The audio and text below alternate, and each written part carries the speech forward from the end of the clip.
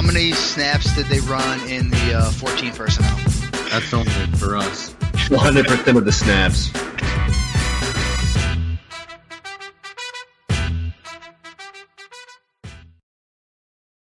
What's going on, everybody? Welcome into 14P Fantasy. I am your host, Justin Wright. Today, we are talking wide receivers to buy for Dynasty.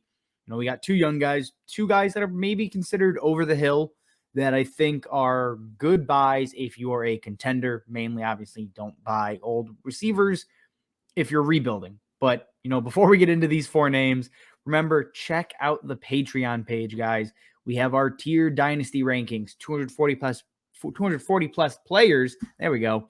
We also have our tiered rookie rankings that will be updated throughout the offseason. Version 2 is dropping this week, so keep an eye out for that. Again, for as little as $2, you can go support the channel. So check that out. The link is in the description. Also, subscribe to the YouTube channel. We got 3 to 5 videos coming out every week. Maybe a live stream, a mock draft, a chance for you guys to get some, some fantasy reps in with us here live on the stream. So keep an eye out for that. We have one coming out tonight. This is releasing Wednesday. So tonight we have our first tight end premium mock draft. So, come back for that at 7 p.m. Central. All right, guys, let's get into it. 4 guys here. Number 1 on the list, we have Elijah Moore, currently 21 years old, wide receiver for the Jets. Again, we're talking wideouts. And Elijah Moore is one of the biggest buys for me this offseason. It's maybe a cliche. It's obvious saying, oh, go get the second-year wideout. I don't think that's the case with every guy. Elijah Moore is one that needs to, put a little bit of respect on his name. What he did from week 7 to 13 is nothing short of phenomenal. And I think a really good precursor to what you could see out of Elijah Moore in his career.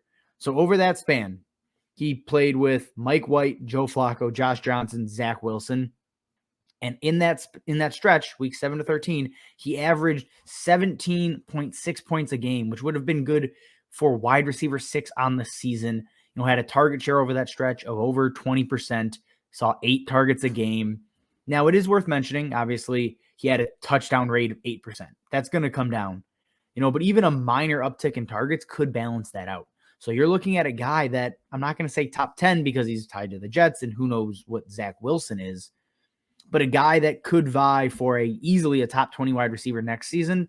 And beyond that, we could be looking at a rising star in fantasy. So Elijah Moore is at the top of my buy list for wide receivers right now.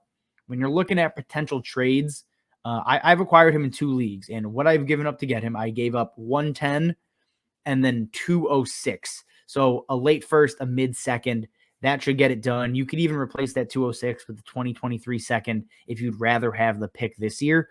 That should get you over the hill depending on the Elijah Moore owner. Again, it's going to vary league to league. I've also seen Terry McLaurin traded for Elijah Moore and a second-round pick. Terry McLaurin traded for Elijah Moore and a late first. So there's other ways to go about getting him. That Terry McLaurin for Moore and a first is a smash trade to me. That's easy. And then another one that's come across on NFL is Hopkins for Elijah Moore straight up. Contending team gave up Elijah Moore to a rebuilding team. I get it. That's an interesting one. It really has to be the right circumstance. But again, I think that's a great trade. Moving on, we have Allen Robinson. So here's the thing. He is going to be turning 29, coming off of by far his worst season. You see the sweatshirt here. I'm a Cubs fan, which means I'm also a Bears fan. And it was as bad as humanly possible for Allen Robinson. But I don't think he is washed up. That's what a lot of people are saying. He's fallen 3 to 4 rounds in startup ADP. And I think this kind of presents an interesting buy window the next 2 months here before free agency. Everybody is extremely down on Allen Robinson. Again, he's washed up. He doesn't have it anymore. And I think it was just a perfect storm of he's on a franchise tag, playing for a team he grew to hate, basically, with a coach he doesn't like, with a rookie quarterback or Andy Dalton. It was just all around ugly.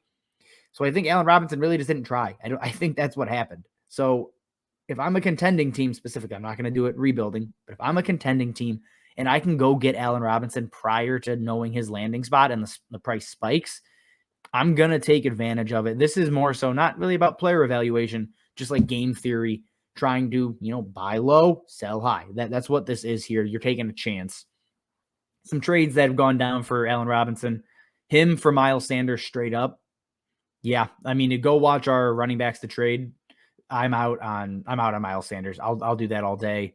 I've seen him go for a 2022 second and a 2023 second. If that was an offer last season, you'd be laughed out of the room. Now it's a way you can go and get him, and maybe he signs on with an elite team, fills that gap or that void for a team missing a true number one. So Allen Robinson could find his way back into the top 15 wide receiver conversation next year, and you're paying that price as a contender. That's easy. And another one, Terry McLaurin comes back. Terry McLaurin for Allen Robinson and a mid-second. I'm fine with that too, honestly. I think that's a good deal as well. All right, moving on to number 3. We have Michael Pittman here, only 24 years old, and he is a guy I'm probably going to talk about in several videos all offseason. I am in on Michael Pittman. Right now, what you saw from Michael Pittman, if he was not tied to Carson Wentz, he would be, a top 15 dynasty wide receiver. However, because he is, again, with Carson Wentz, potentially, there's been some weird comments going on there. But because he's tied to Wentz, people are just off of the idea of Michael Pittman, thinking he has capped out at, right around 1,100 yards, 6 touchdowns, 88 receptions. Okay. I mean, that's wide receiver 17 on the year. So that's not necessarily a bad thing. But I'm trading for Pittman because I expect him to take another leap.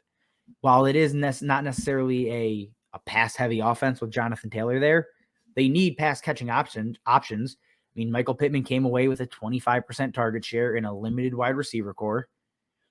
But I think he earned the trust of Wentz. He earned the trust of most fantasy managers. And he's a guy, if I can go get him, I'm going to take a chance on him. I'm going to take a dart throw on the third-year wide receiver breakout. I think he is a prime candidate to fill that role this season, along with a few others. But Michael Pittman, I mean, right now he's gone for Aaron Jones, Rashad Bateman. I've seen him flipped for, Pittman in a second for Mike Evans. All 3 of those trades, I am going to take a chance on him. Rashad Bateman's an iffy one. It just depends where you're at. That Rashad Bateman trade was me. I gave up Rashad Bateman for Michael Pittman. You just have to balance, do you think he takes that next leap? If the answer is yes, I'm okay paying up for Michael Pittman. If it's no, and you think he's kind of capped out as a top 20 wide receiver, that's fine. If you don't think he's going to appreciate in value, don't trade for him. But again, a guy already seeing a 25% target share, which tends to be somewhat sticky as long as it's not obscene, I think is here to stay. And I think if you raise his touchdown rate, which he had an abnormally low one this year, he finds his way into the top 15, almost the top 12 wide receivers this season. Last guy on the list, and he already made another buy-sell video for us, but I'm going to reiterate this. Keenan Allen, if you are a contending team, he should be one of the top targets on your list. He is going to hit 30 years old in a couple of weeks or a couple of months. The dreaded 30-year-old wide receiver is going to come at a discount. He's already starting to fall in ADP, which is expected. He's getting up in age. But if you're a contender, you are looking for a guy that you can throw into your wide receiver 2, maybe even your wide receiver 1 spot and trust every single week. That's exactly what Keenan Allen does. And he's not a 1-year rental. He's tied to Herbert for 3 more seasons. So, by the time he's 32, maybe he'll be washed up. That's fine. If you can get 2 to 3 years out of Keenan Allen, whatever you give up to get him is probably going to be worth it. Now, obviously, he needs to be available on a team that is heading towards rebuilding to get that discount. But I am going to try like hell to get him on every contending roster. Extremely high floor. He's basically locked in as a top 15 wide receiver every single season. Mike Williams may be out the door, so you could be looking at him, Palmer, and another rookie. There's just a lot of moving pieces, but all of it guarantees Keenan Allen keeps his workload. Some trades that have gone down involving him, he has been flipped straight up for Jerry Jeudy. That's a trade I'm happy with either side. I still like Jeudy. If I'm rebuilding, I'll trade Keenan Allen for Jerry Jeudy. If I'm going the other way, I'll flip Jeudy for Keenan Allen. Again, the goal is to win. I've seen him go for Rashad Bateman and a 3rd-round pick. Again, just depends where you're at on Bateman. I think he's good, but, he's in a similar spot to Pittman where he's in a run-first offense. And I just don't know if he can separate with Hollywood Brown still there and Mark Andrews. So I'm okay moving him for another year. I don't think we see the breakout in 2022. And then lastly, I've seen just a late first-round pick for Keenan Allen, anywhere from the 109 to the 112 in a one-quarterback league, I think is fair value. Again, it sucks giving up rookie picks, especially this time of year. But the goal is to win fantasy football. So if you are a contending team, Keenan Allen should be at the top of your wish list. All right, everybody, that is all we have. Those are the 4 wide receivers to buy right now. We'll do a couple of these throughout the offseason for sure. Again, check out the Patreon page. The link, the description is in the bio.